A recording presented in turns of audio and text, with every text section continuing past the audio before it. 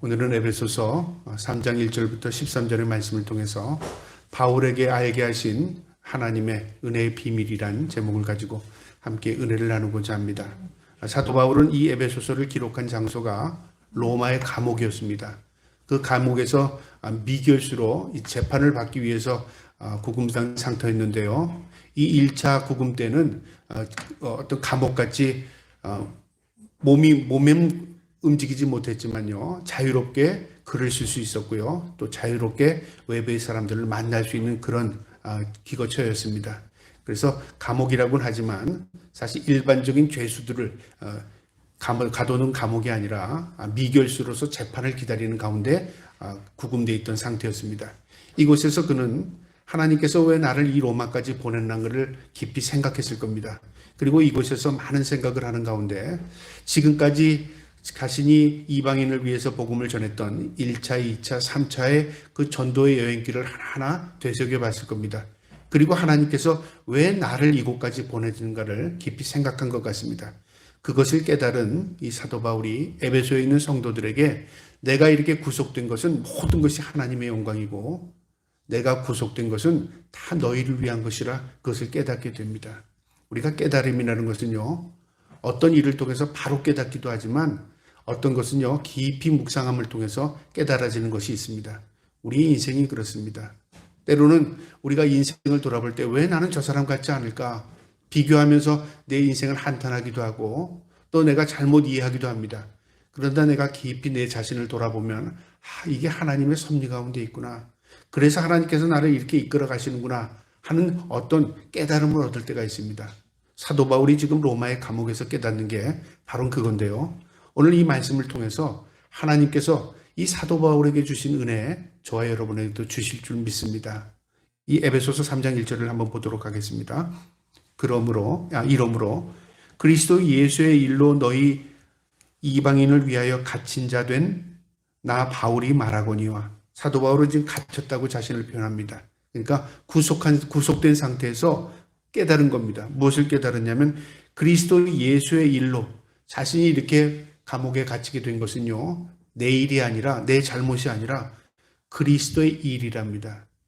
여러분, 우리가 내 인생을 내 관점에서 보는 것과 하나님의 관점에서 보는 것은 다를 때가 많아요. 내 관점에서 보는 것을 주관적이라고 말합니다. 하나님의 관점에서 보는 것을 뭐라고 말할까요? 하나님의 관점이죠.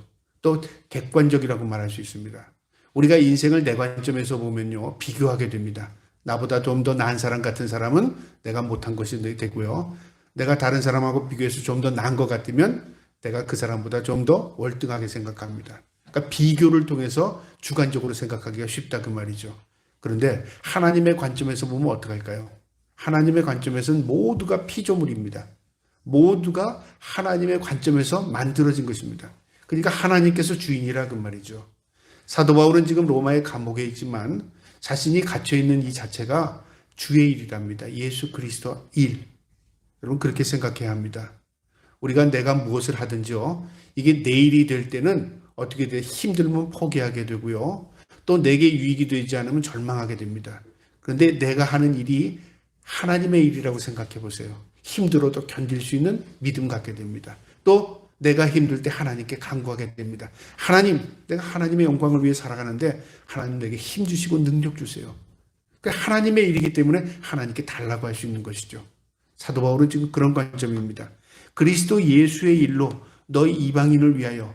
이 일은 하나님의 지시로 하는 일인데 누구를 위한 일이냐면 내 일이 아니라 너희 에베소 교회 교인들을 위한, 이방인을 위한 일이라 그 말이죠.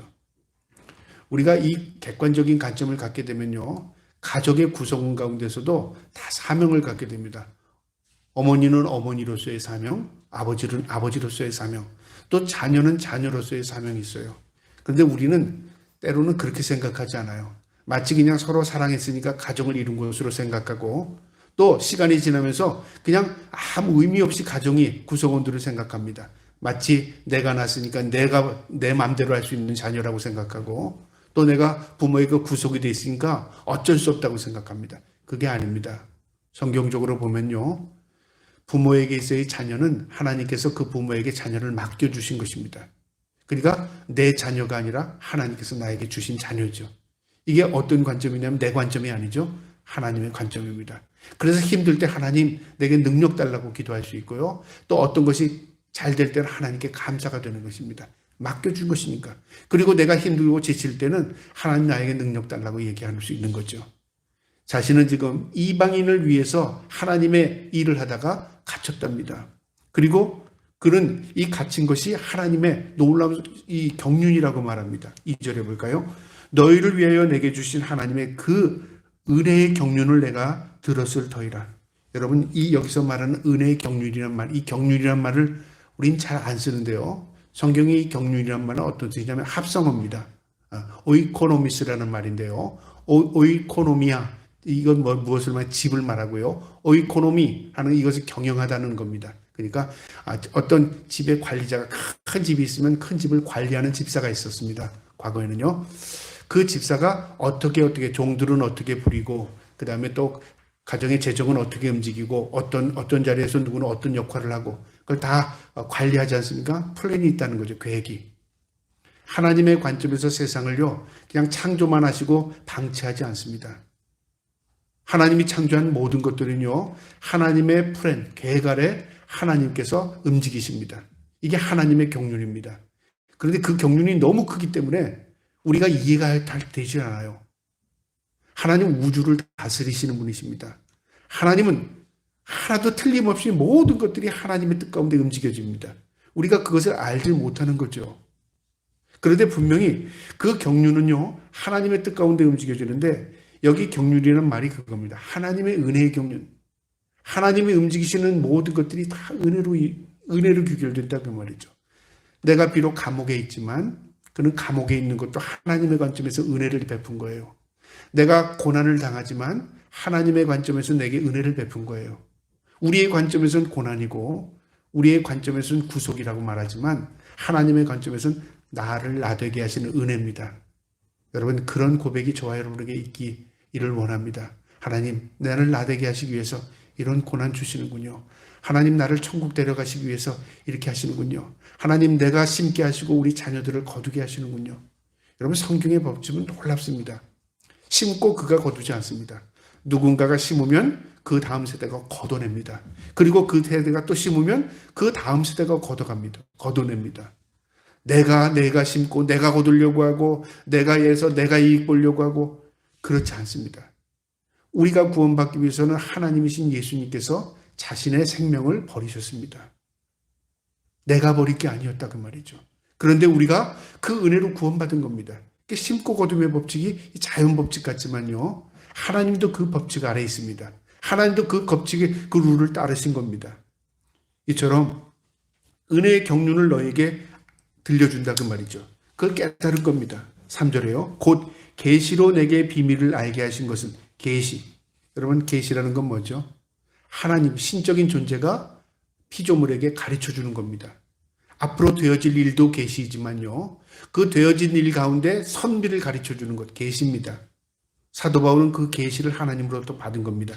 내게 비밀을 알게 하신 것은 내가 먼저 간단히 기록함과 같으니 이제 내가 깨달은 계시를 간단하게 너에게 알려주겠다 그 말이죠.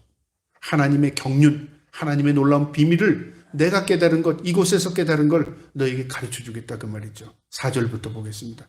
그것을 읽으면 내가 그리스도의 비밀을 깨달은 것을 너희가 알 수 있으리라.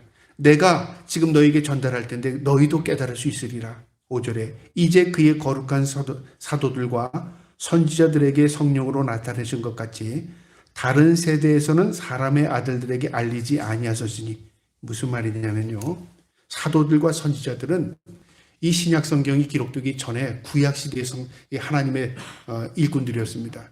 하나님께서 때로는 선지자들이나 사도들을 통해서 하나님께서 계시를 해주셨습니다.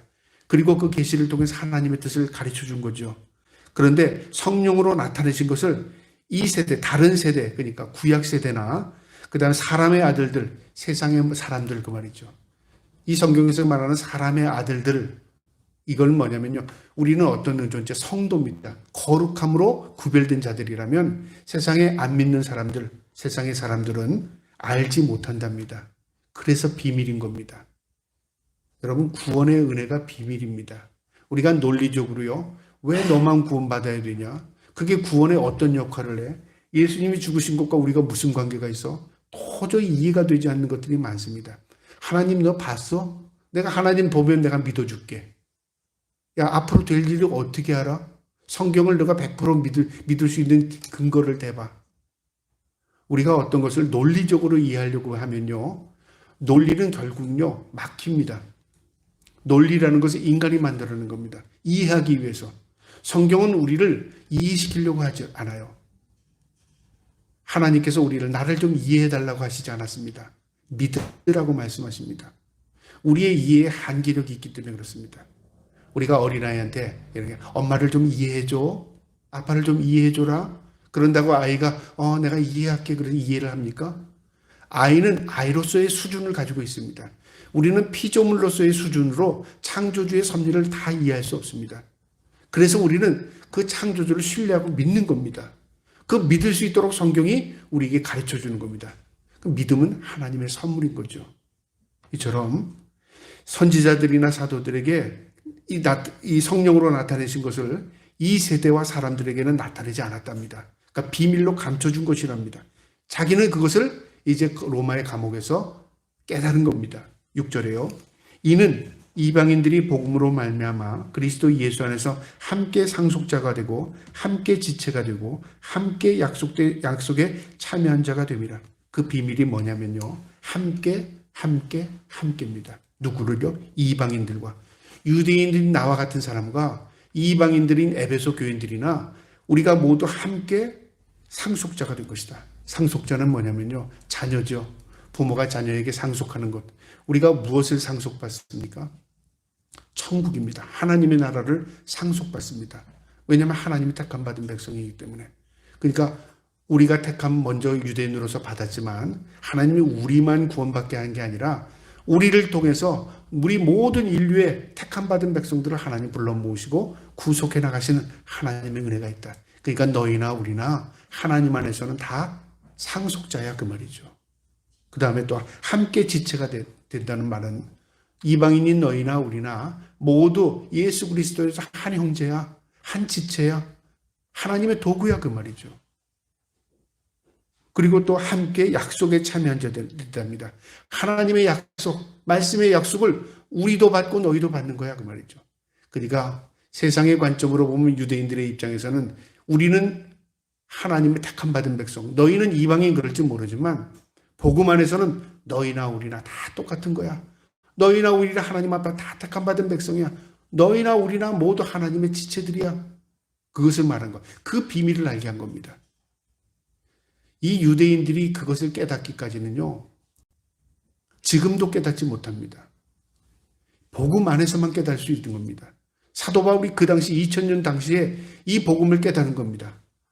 우리는 유대인으로서 하나님이 우리를 택함 받은 백성이라고 알았는데 택하신 이유가 뭐냐면 우리만 구원받기 위한 게 아니었구나. 우리를 통해서 이방인들도 구원해 나가시는 하나님의 플랜이었구나, 그겁니다. 이 말을 우리의 삶에 적용하면요, 이겁니다. 하나님께서 우리 가정에서 나만 천국 가게 하시는 게 아니라 나를 예수 믿게 하셔서 우리 부모님들, 우리의 형제들 다 예수 믿게 하시는 거구나. 그것도 맞습니다. 하나님께서 나를 택하셔서 내 주위에 있는 모든 사람들에게 예수 그리스도의 복음을 듣게 하고 그들이 다 하나님 앞에 구속의 은혜를 입게 하시는 하나님의 섭리였구나. 그걸 깨닫는 거죠. 그러니까 하나님께서 나를 구원하시는 것은요, 그것만이 끝이 아닙니다. 나를 통해서 하시고자 하는 일이 있었다, 그 말이죠. 사도 바울이 하나님 앞에 구원의 은혜를 입은 것은 나를 통해서 하나님께서 이방인에게 복음을 전하게 하신 하나님의 뜻이 있었구나. 그 비밀을 알게 된 겁니다. 그럼 비밀은 누가 가르쳐줘서 깨닫는 게 아닙니다. 깨닫는 겁니다. 스스로, 이래서 그렇구나. 이게 진짜구나. 아무리요, 그것을 깨달은 사람이 설명을 해도 어느 정도는 이해의 부분은 넓힐 수 있을지 모르지만 그게 번뜩 내게 다가오기는 쉽지 않습니다. 그렇게 하려면 내가 깨달아야 하는 겁니다. 그 깨달음은 내가 그에 향하면 성령께서 나에게 깨달음을 주셔요. 사도 바울은 지금 그것을 깨닫고 너희나 우리나 다 하나님 앞에 상속자야. 같은 지체야. 우리는 모두 하나님의 권속이야. 그 말이죠. 7절에요. 이 복음을 위하여 그의 능력에 역사하시는 대로 내게 주신 하나님의 은혜의 선물을 따라 내가 일꾼이 되었노라. 은혜의 선물, 하나님께서 구원의 은혜를 베풀어 주었죠. 믿음을 주셨죠. 여러분, 저와 여러분은 하나님께서 먼저 택하신 그 은혜가 있습니다. 그리고 우리에게 믿음 주신 거요, 하나님의 은혜의 선물입니다. 왜 주셨을까요? 일꾼이 되게 하셨답니다. 사도 바울이 일꾼이 되는 거, 이 일꾼이라는 건 뭐냐면 맡아서 일을 하는 거죠. 그러니까 섬기는 자라 그 말이죠. 하나님의 은혜로, 하나님의 역사를 통해서, 하나님의 그 플랜을 통해서 나는 일꾼으로 하나님 삼으셨구나. 얼마나 감사한지 모르는 거죠. 그래서 그가 사명을 감당할 때 자신의 목숨을 드릴 수 있었던 겁니다. 그 다음에 8절에요. 모든 성도 중에 지극히 작은 자보다 더 작은 나에게 이 은혜를 주신 것은 측량할 수 없는 그리스도의 풍성함을 이방인에게 전하게 하시려고. 여기 최상급 비교를 사용했는데요. 작은 자보다, 심히 모든 성도 중에 지극히 작은 자보다 더 작은 자, 최고로 작은 자보다 더 작다 그 말이죠. 나는 비교도 되지 않아 그 말이죠. 나는 감당할 수도 없어 그 말이죠. 그 은혜가 너무 크기 때문에. 근데 그 은혜가 무엇이냐면 나를 이방인에게 복음을 전하게 하기 위한 것이다 그 말이죠. 그러니까 내가 구원받은 것은 하나님의 일꾼 삼기에서 나를 구원받게 했구나. 내가 구원받은 것으로 끝이 아니구나. 나를 통해서 하시고자 하는 일들이 이방인에게 복음 전하는 거였구나. 그 비밀을 깨달은 겁니다. 저와 여러분도 다 그런 비밀이 있습니다. 어떤 사람은 자녀를 키워내면서 깨닫는 사람도 있고요. 또 어떤 사람은 일을 하면서 깨닫는 사람도 있고요. 어떤 사람들은 심지어 고난을 통해서 깨닫기도 합니다. 왜 하나님 나에게 이런 고난을 주십니까? 다른 사람들은 당하지 않는 고난이 왜 내게는 이렇게 아픕니까? 그런데 제 삶을 통해서 이게 하나님의 은혜였구나. 우리가 예배 전에 불렀던 찬송가 있었죠. 나 같은 죄인 살리신. 제가 그 뜻을 음미하면서 부르자고 했습니다. 이 나 같은 죄인 살리신에는 이 찬송가는 존 뉴턴이라는 사람이 기록한 건데요. 그 사람은 노예 상인이었습니다. 아프리카에서 노예를 잡아다가 대륙에다가 노예를 팔았던, 다시 말하면 인간 사냥꾼이었습니다. 그런데 이 사람이 하나님의 은혜를 깨닫게 됩니다. 자기는 죽어 마땅한 사람이고요. 자기는 죄인 중에 괴수라는 걸 깨달았습니다. 그런데 하나님의 은혜로 자기가 구원받았어요. 그 은혜가 너무 다 크답니다. 너무 놀랍답니다. 너무 신비롭답니다. 여러분, 은혜는 죄가 있는 곳에 은혜가 있다고 그랬잖아요. 이 말이 무슨 말이냐면 죄를 깨닫는 순간에 은혜가 밀물처럼 밀려와요. 나는 죄가 없어. 나는 다른 사람보다 착하게 살았어. 나는 다른 사람보다 나아. 그렇게 인정하는 순간에 나에게 은혜가 없어집니다. 그래서 죄인들이 모인 곳이 교회입니다. 교회는 죄를 깨닫는 사람들이 은혜를 입어요.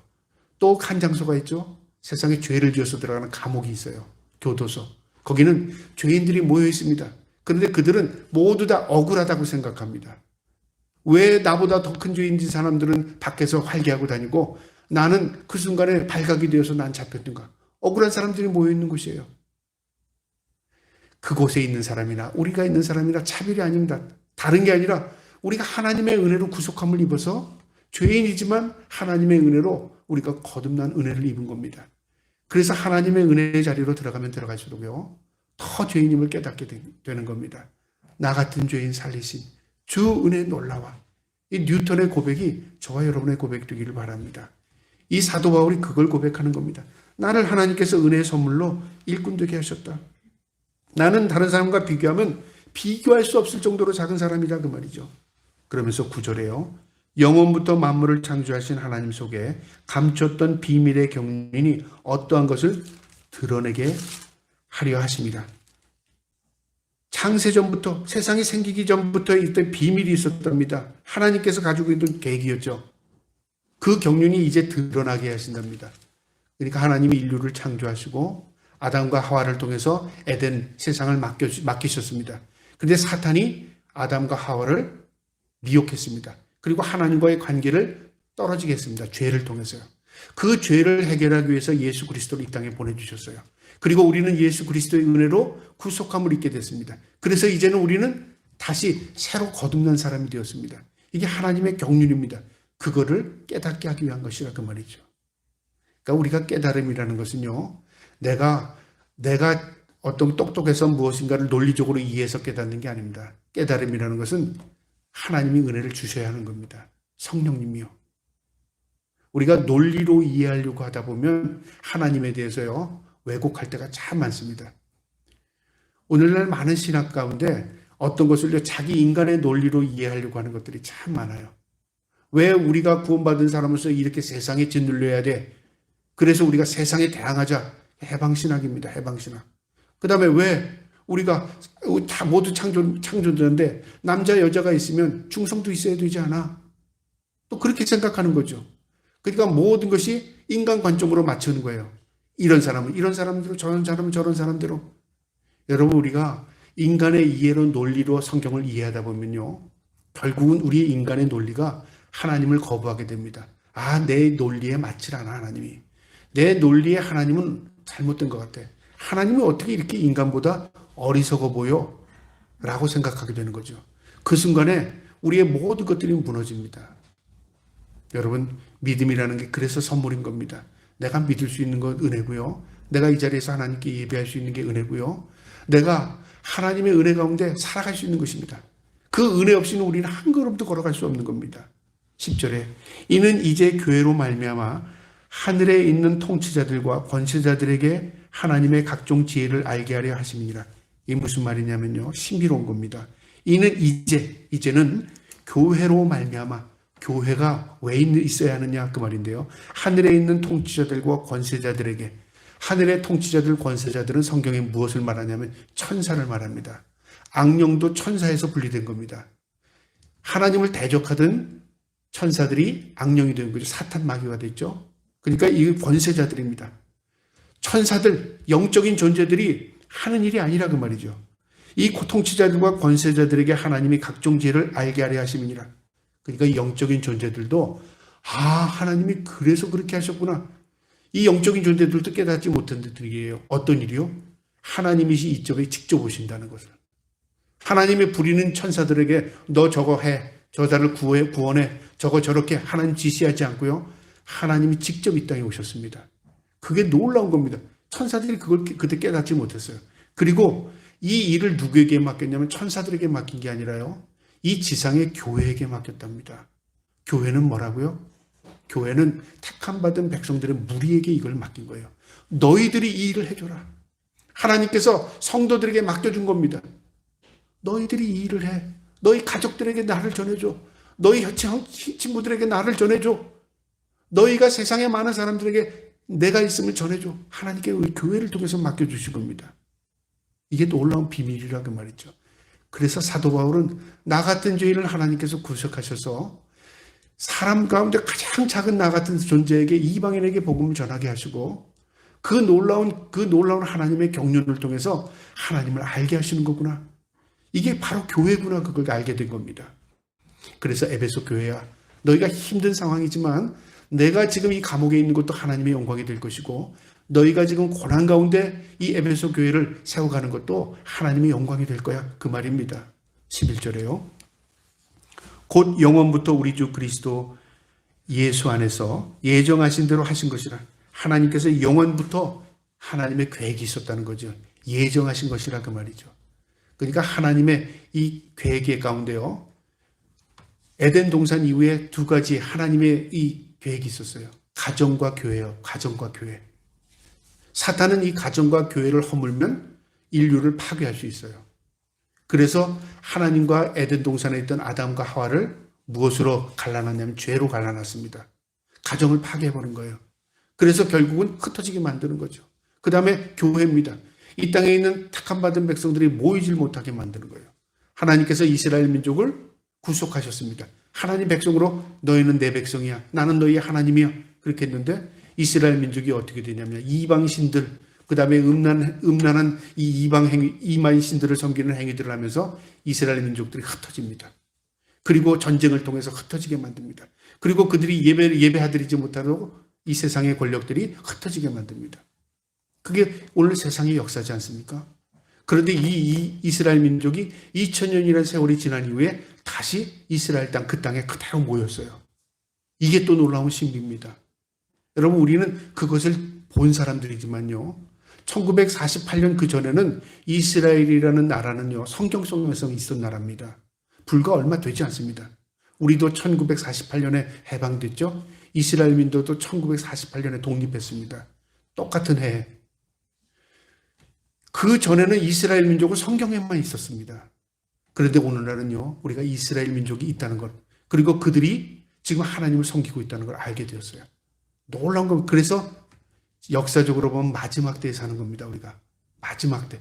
이제 주님이 오신다는 징표가 요한계시록에 있죠. 그 징표가 뭐냐면, 이 이스라엘 땅에 거룩한 산에 뭐가 세워집니까? 거룩한 산에 다시 말해 하나님의 전이 세워지고요. 그 이후에 또 적그리스도의 세력들이 그것을 허뭅니다. 이 요한계시록에 어떤 계시적인 형상들로 나타납니다. 우리가 그 시대를 지금 살고 있는 것입니다. 지금 이스라엘 민족은 예루살렘의 성전을 짓기 위해서요, 모든 조감도를 다 그려놓고 성물들을 다 준비해놨습니다. 그리고 제사장, 반열들을 다 지금 업무를 다 분담했어요. 그래서 성전 연구소가 있습니다. 이스라엘은요. 그러니까 하나하나 준비하는 겁니다. 그들은 지금 자신들이 다시 여호와의 신앙을 회복하려고 준비하지만 성경으로 보면 마지막 때 현상들이 하나하나 나타나고 있는 것입니다. 그러면서 12절에 사도 바울이 이렇게 말합니다. 예전 가운데 된 것이랍니다. 우리가 그 안에서 그를 믿음으로 말미암아 담대함과 확신을 가지고 하나님께 나아감을 얻으리라. 믿음으로 말미암아 담대함과 확신을 가지고 하나님께 나간답니다. 자신은 로마의 감옥에 있지만 이 믿음 가지고 담대하게 하나님 앞에 확신을 가지고 하나님께 나가고, 너희들도 믿음 지키면서 하나님 앞에 담대함과 확신을 가져라. 여러분, 여기서 담대함과 확신이라는 말은요, 믿음을 떼버리면 담대함이 없어집니다. 믿음이 없이는 확신을 가질 수 없습니다. 너 하나님 계신 거 어떻게 믿어? 믿음이 없는데 어떻게 믿을 수 있어요? 너 천국 가는 거 어떻게 믿어? 믿음이 없는데 어떻게 확신을 가질 수 있어요? 그건 누가 얘기해? 너는 그동안 몇 년 믿었으니까 천국 갈 거야. 너는 어떻게 했으니까 너는 확신을 가질 수 있어. 여러분, 이것은 다른 사람이 말할 수 있는 게 아니라 내 마음 깊이에 느껴지고 깨닫게 됩니다. 무엇이 먼저입니까? 믿음입니다. 내가 하나님에 대한 존재를 믿게 되면 그 다음에 그 믿음 가지고 담대함이 생기고요. 그 믿음 때문에 확신이 생깁니다. 믿지 않을 수 없는 그걸 깨닫게 되는 겁니다. 그러니까 이게 모든 것들이 다 관계가 있어요. 믿음으로 담대함을 갖게 되고 그 담대함이 거기서 나는 확신을 가지고 돼요. 그게 세상을 이기는 힘입니다. 우리가 세상을 이기는 힘은 뭐냐면 세상에 권력이 있어서 세상을 이기고 재물이 있어서 세상을 이기고 내가 다른 사람보다 좀 나아서 세상을 이기는 게 아닙니다. 세상을 이기는 힘, 오직 뭐라 그랬죠? 믿음뿐이라 그랬습니다. 믿음. 저와 여러분이 믿음으로 세상을 이겨나갈 수 있기를 주님의 이름으로 축복합니다. 13절 마지막입니다. 그러므로 너희에게 구하노니 너희를 위한 나의 여러 환난에 대하여 낙심하지 말라. 이는 너희의 영광이니라. 사도 바울이 자신의 형편을 얘기하죠. 너희가 나를 위하여 낙심하지 말랍니다. 무엇 때문에요? 내가 감옥에 있다는 것 때문에 주눅들지 말고 내가 지금 구속한 상태라고 해서 너희가 지금 낙심하지 말라. 이것은 하나님의 뜻 가운데 있는 것이고 오히려 이것이 너희에게 영광이 될 거야. 오히려 나에게 영광이 될 거야. 오히려 하나님께 영광이 될 거야. 그 말이죠.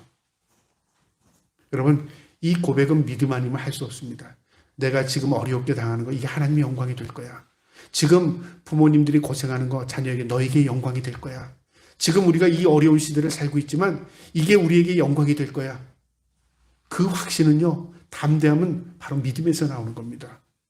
저와 여러분이 이런 믿음 가지고 살기를 주님의 이름으로 축복합니다. 우리가 믿음이라는 게 머리에서 맴돌다 보면요, 머리에 생각이 멈추는 순간에 믿음도 소멸됩니다. 그래서 믿음은 뭐냐면 하나님의 은혜의 선물임을 깨닫고 하나님 믿음 주시옵소서. 믿음은 구하라고 말했습니다. 구하라, 찾으라, 문을 두드리라. 하나님 주신답니다. 다른 거 구하라고 말하지 않았어요. 재물 구하라, 너 건강을 구하라. 성경에 없습니다. 그런데 우리는 그거 구하고 있죠. 건강을 구하고 재물, 그럼 건강하지 말라 그 말이 아닙니다. 우리의 병약함을 하나님께 아뢰면 하나님의 국률과 은혜로 우리를 치료해 주십니다. 그러니까 하나님의 은혜의 모든 것들이 다 포함된 것이죠. 우리가 진정으로 구해야 할 것은 뭐냐면 믿음입니다. 오늘 이 말씀에서 우리에게 주는 교훈이 있습니다. 사도 바울에게 주신 그 은혜의 비밀이 뭐냐면요, 아무런 자격도 없는 자신에게 하나님의 구원의 은혜를 주셨다는 거죠. 구원의 은혜. 사도 바울을 객관적으로 평가하면요, 180도 전환 점이 있습니다. 우리는 우리의 삶 가운데 이랬잖아요. 부모를 통해서 예수 믿게 된 사람도 있고 친구를 통해서 사랑하는 사람을 통해서 예수 믿게 된 적이 있어요.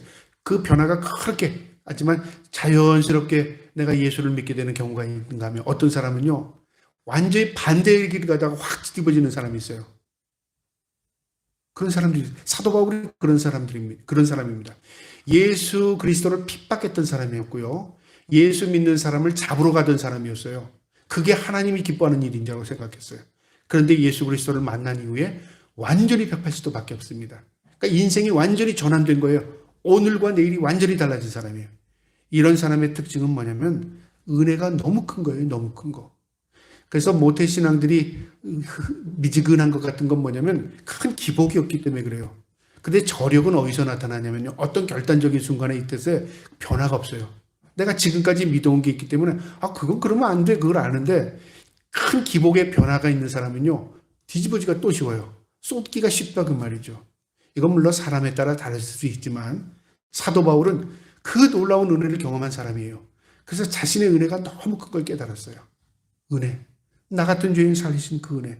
그래서 날마다 어떤 상황 가운데서도 감사하며 살았습니다. 사도 바울이 로마의 감옥에 있었지만요. 하나님의 은혜의 경륜을 생각하면서 감사하면서 하나님께 기도했을 것입니다. 그리고 그는 그 이후에 또 풀려나서 복음을 전하다가 2차 또 구속을 당하고요. 그 이후에는 목이 잘려서 순교합니다. 놀라운 거예요. 그럼에도 그는 감사하며 살았습니다. 저와 여러분이 하나님의 구속의 은혜에 감사하며 살 수 있기를 축복합니다. 그 다음에 오늘 이 말씀의 교훈은요. 부족한 자신을 하나님이 일꾼 삼았답니다. 여러분 일꾼 삼았다는 게 뭐냐면 우리의 관점에서 너 일해. 그러니까 힘들잖아요. 왜 쟤는 일을 안 해요? 왜 쟤는 일 안 시켜요? 우리는 비교하면서 그렇게 생각할지 모르지만 하나님의 관점에서는요. 일을 아무나 시키는 게 아닙니다. 일은 어떤 사람에게 생각하면 충성스레 여겼답니다. 이 말이 무슨 말이냐면 믿어준 겁니다. 하나님이요. 하나님이 사람을 믿었어요. 우리가 하나님을 믿어야 되잖아요. 근데 하나님이 너 내 백성 돼 그러고 내가 너 믿는다 맡겨준 거예요. 그게 뭐냐면 일꾼 삼은 거예요. 너 이거 좀 해줘. 하나님이 힘이 없어서 능력이 없어서 우리 같은 존재에게 일을 맡겼겠습니까? 아닙니다. 그런데 하나님께서 일꾼 삼았다는 것은 내가 너 믿는다는 말입니다. 하나님의 신뢰를 입은 거예요. 그 신뢰를 저버리는 게 우리 인간이지만 우리를 믿어준 게 이게 일꾼 삼은 겁니다. 놀라운 은혜예요. 그 다음에 일꾼이라는 건 선택받은 거예요. 많은 사람 가운데 우리를 하나님 택해 주셨어요. 너 이 일 좀 해줄래? 우리가 자녀가 여러 있을 때 믿을 만한 자녀에게 부모의 일을 시키잖아. 너 동생들 좀 잘 돌봐. 너 동생들 울 때 엄마같이 돌봐줘. 그걸 믿을 만한 자녀에게, 큰 자녀에게 그렇게 하잖아요. 하나님 우리에게 그걸 맡겨주신 겁니다. 우리를 믿어주시고 우리를 택해 주신 겁니다. 그 다음에 그 택해 주고 믿어준 자에게 뭘 주시는 줄 알아요? 하나님의 능력을 주십니다. 능력은 우리에게 있지 않고요. 하나님께 있는데 너 맡겨줬어. 너 이거 말해. 맡기고 그 다음에 너 이거 해. 너 이 열쇠 이거 가져. 너 이거로 동생들에게 돌봐라. 능력을 주신다 그 말이죠. 그러니까 능력이 우리가 머무는 게 아닙니다. 내가 주 앞에 붙들리면 능력이 내게 공급이 됩니다. 내가 주 앞에 붙들리지 않고 내가 독단적으로 인생을 살아가면요. 능력이 끊깁니다. 그런 일들이 많아요. 어떤 사람이 자신이 예수를 믿고 너무 불타는 마음에 그 능력을 하나님께 능력을 구했는데 하나님께 능력이 나타나는 걸 경험했어요. 그래서 이 능력이 내게 있는 줄 알고 그 능력이 계속 진행되는 줄 알았는데 어느 순간에 그 능력이 다 소멸된 걸 깨달았어요. 왜 그때는 능력이 있고 지금 왜 능력이 없나? 그걸 고민이 한 겁니다. 근데 깨닫는 게 그때는 전적으로 하나님께 의지하고 맡겼는데 하나님께서 능력을 주셨는데 지금은 독단적으로 내가 하는 것으로 생각해요. 그 순간에 어느 순간에 변질된 거예요. 능력은 이미 소멸됐는데 자신이 능력 있는 걸 착각한 거죠. 그러니까 어떻게 됩니까? 그 다음부터 어떤 사람 속이는 사람도 있고요. 어떤 사람은 과거에 능력 있는 것으로 위장하는 사람도 있는 거죠. 여러분 우리 능력이 영원한 거 아닙니다. 능력이 소멸되지만 그럴 때마다 하나님께서 우리를 통해서 하시고자 하는 일들이 있다고 말이죠. 중요한 건 우리가 하나님께 붙어 있는 것입니다. 마지막으로 오늘 이 말씀의 교훈은요. 우리가 담대할 때 하나님 주시는 은혜가 더 큽니다. 그래서 믿음으로 말미암아 담대함과 확신을 갖는답니다. 믿음으로 말미암아. 우리가 믿음으로 살면 그 믿음 안에서 담대함도 있고요. 그 담대함 가운데 확신을 갖게 됩니다. 믿음이 이기네, 믿음이 이기네. 주 예수를 믿는 믿음이 이긴답니다. 우리는 믿음은 교회에서나 믿어. 믿음은 너 종교생활 할 때나 믿어. 세상 사람들이 만약에 그럴지 모르지만요. 믿음인 모든 것을 다 초월합니다. 내가 믿음으로 살면요. 내가 하나님을 의지하면 하나님이 나의 모든 것을 책임져 주십니다. 제가 그걸 깨달은 사람 가운데 한 사람입니다. 저도 사회생활, 세상의 직장생활을 해봤습니다. 가만 보니까 이거저거 다 하는데 너무 먼 거예요. 근데 내가 하고 싶은 일이 있었어요. 막 주의 일을 하고 싶었어요. 하나님 일을 하고 싶었어요. 근데 어느 순간 깨달음을 주셨어요. 내가 하나님의 일을 하면 하나님은 내 인생을 책임져 준다는 그거 약속을 좀 받아야 되겠구나. 그래서 내가 하나님께 그렇게 기도했어요. 하나님, 내 인생을 하나님께 드릴 테니까 하나님 내 인생, 내 가족들, 내 자녀들 다 책임져 주세요. 그러니까 뭐냐면 하나님 이렇게 할 테니까 하나님 이렇게 해주세요. 내가 조건부 같이 마치 하나님께 기도했어요. 그리고 하나님의 일을 하게 된 거예요. 근데 내 머릿속에 지금도 남아있는 게 있습니다. 하나님, 나는 하나님께 맡길 테니까 하나님은 나의 모든 것을 책임져 주세요. 마음이 편해요. 단순해져요. 인생이 단순해지고 생각이 어떻게 되냐면 정리가 되더라고요. 여러분, 믿음이라는 건 맡긴다고 그랬잖아요. 굴려버리는 겁니다. 내 문제가 아니라 하나님께 내 모든 걸 굴려버리는 겁니다. 그리고 나는 뭐예요? 하나님만을 신뢰하겠다는 겁니다. 사도 바울이 로마의 감옥에 있었지만요. 아마 그런 믿음이 가졌을 겁니다. 내가 모든 걸 하나님께 맡겼습니다. 내가 감옥에 있는 것도 하나님의 뜻, 하나님의 영광이 될 것이고요. 내가 감옥에 있어도 에베소 교인들에게 영광이 될 것을 믿습니다. 그런데 그게 진짜 영광이 됐어요. 사도 바울은 이 감옥에서 무엇을 기록했냐면 옥중서신, 에베소서, 빌립보서, 골로새서, 빌레몬서 이 주옥 같은 하나님의 복음을 기록해 나갑니다. 그리고 오늘날 성도들에게 이 복음을 통해서 믿음을 견고하게 세워줘요. 간증이 아니라 살아있는 믿음을 전하게 합니다. 여러분, 만약에 사도 바울이 로마의 감옥에 갇히지 않았다면 오늘날 우리는 에베소서, 빌립보서, 골로새서, 빌레몬서가 없을 겁니다. 그런데 하나님께서 그를 구속하신 이후에 우리에게 놀라운 비밀으로 믿음을 세워줘요. 그게 하나님의 경륜, 하나님의 놀라운 비밀입니다. 저와 여러분이 그런 은혜, 그런 비밀을 깨닫고 살아갈 수 있기를 주님의 이름으로 축복합니다. 아멘.